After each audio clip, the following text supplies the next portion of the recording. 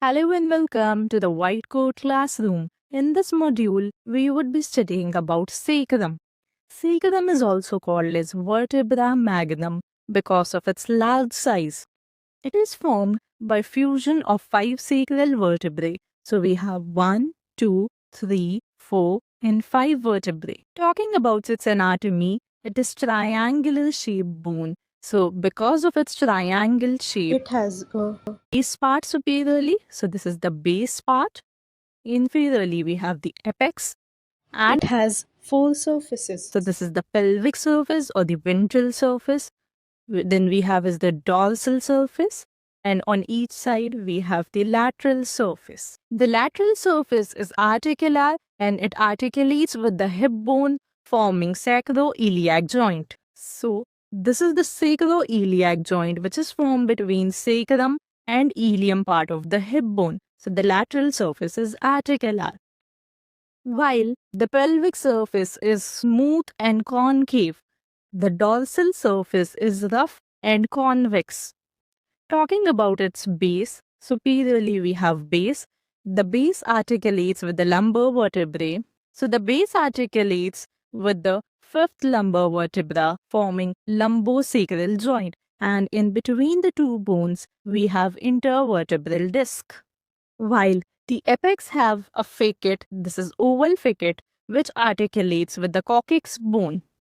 Now, let's study the features of each surface in detail, starting with the base part.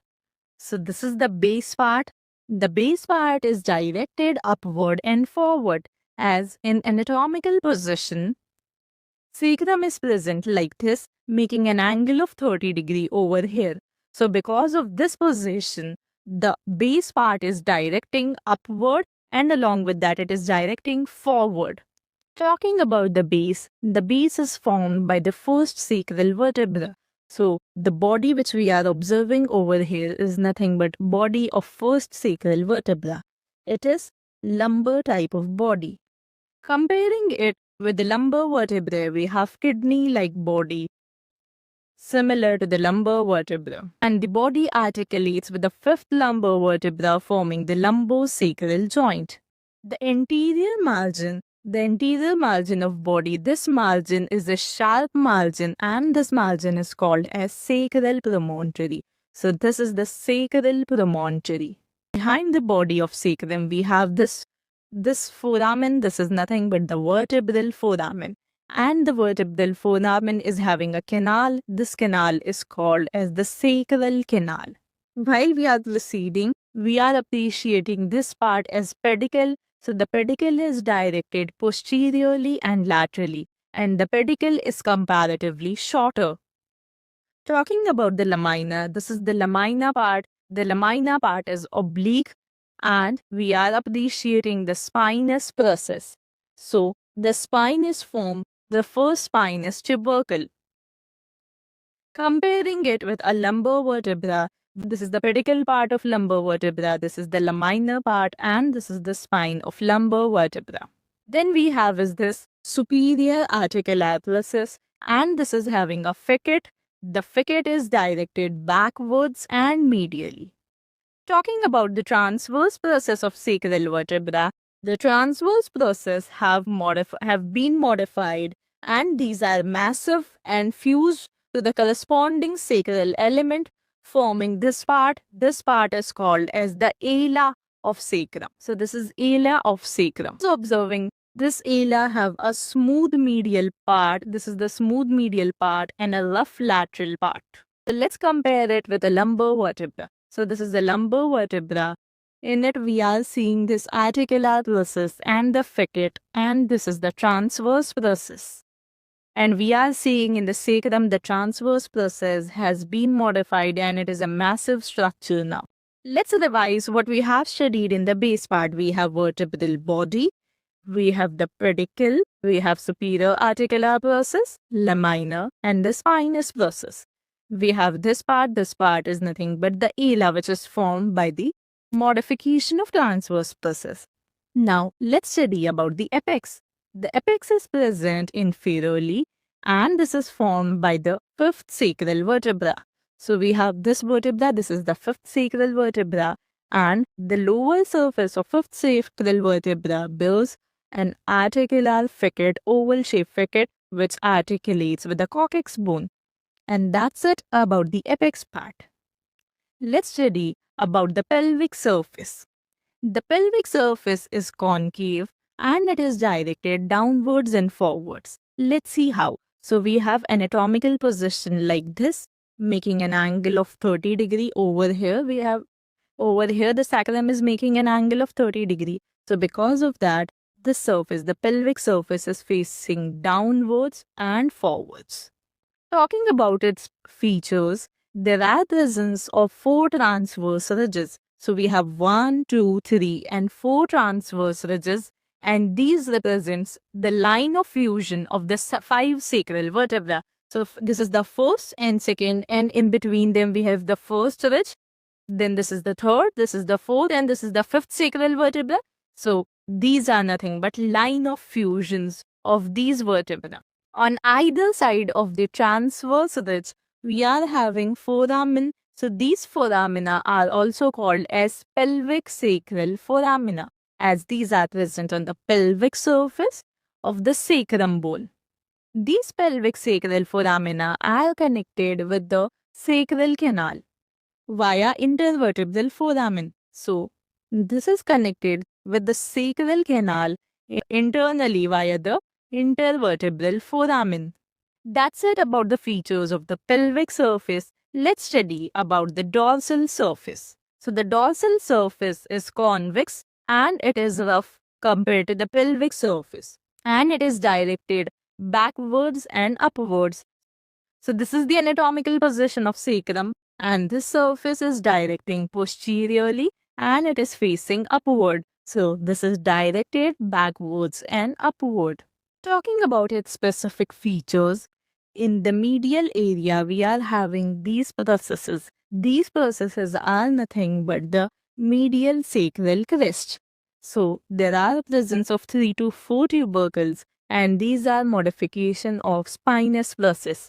If this is a lumbar vertebra, this is the spinous process of it, and this has been modified to it. In the medial plane, inferiorly we are observing this inverted U-shaped structure or inverted U-shaped gap. This is called as sacral hiatus. This sacral hiatus is formed due to failure of fusion of fifth lamina. So this is the lamina part of the vertebra.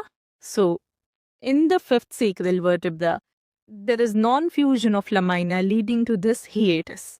Now, proceeding somewhat laterally, in the line of superior articular process, so this is the first superior articular process of sacrum. In this line, we are appreciating some elevations, and these elevations are nothing but fused process or the fused articular processes of the corresponding second, third, fourth, and fifth sacral vertebra. The inferior articular process of the fifth sacral vertebra is visible, and this is called as sacral cornua. So as vertebra have superior articular process and inferior articular process, so because of the fusion, the articular processes of second, third, and fourth are fused, while of the first one superior articular process is visible and inferior is fused, while of the fifth sacral vertebra the inferior articular process is visible while superior is fused. Lateral to these processes, we are having these foramina. These foramina are called as dorsal sacral foramina. And these foramina are also connected with the sacral canal through intervertebral foramen. So revising about the dorsal surface, we have sacral tubercles, and sacral tubercles are also called as median sacral crest.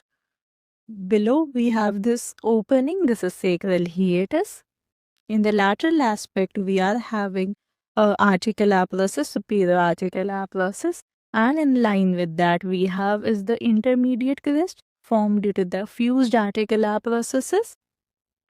Inferiorly, we have sacral cornua formed due to the inferior articular process of the fifth sacral vertebra. Lateral to it, we have is the dorsal sacral foramina. Then we have is the lateral sacral crest. The lateral sacral crest is formed due to the transverse process of sacral vertebra.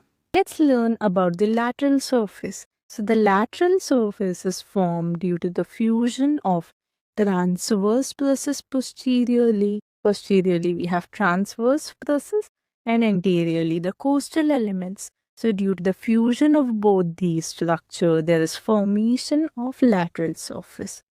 Lateral surface is wider above and narrower below. In the upper part, we are appreciating this rough pitted area. So this is the posterior or the dorsal rough pitted area. In the pelvic surface or in the pelvic side, we have this articular surface. This articular surface is inverted L shape. So this is also called as the auricular surface. The word auricular means ears, and this is because of resemblance of it to the shape of ear. It articulates with the ilium bone, forming the iliosacral joint. And the articular part is formed by the costal element, and this pitted area is formed by the transverse process part. Talking about the sacral canal, sacral vertebral foramen is triangle in shape, and in between or through it we are observing this canal. This is the sacral canal. The sacral canal communicates with the pelvic foramina as well as with the dorsal foramina through the intervertebral foramen. When we closely observe, the sacral canal is also triangle in cross section and it opens inferiorly at the sacral hiatus. So it initiates from here and it opens at the sacral hiatus. Talking about its content, it have four important content. The first one being the lower part of cauda equina nerve. So the cauda equina nerves, which are nothing but sacral and coccygeal nerve root, they transmit through it. And we have is the phylum terminal. Phylum terminal along with dura mater and arachnoid. So it extends up to S2 level, that is the second sacral vertebral level. Along with that, we have spinal meninges as well as lateral sacral vessels. So four structures are there: lower part of cauda equina, phylum terminal, spinal meninges as well as lateral sacral vessels.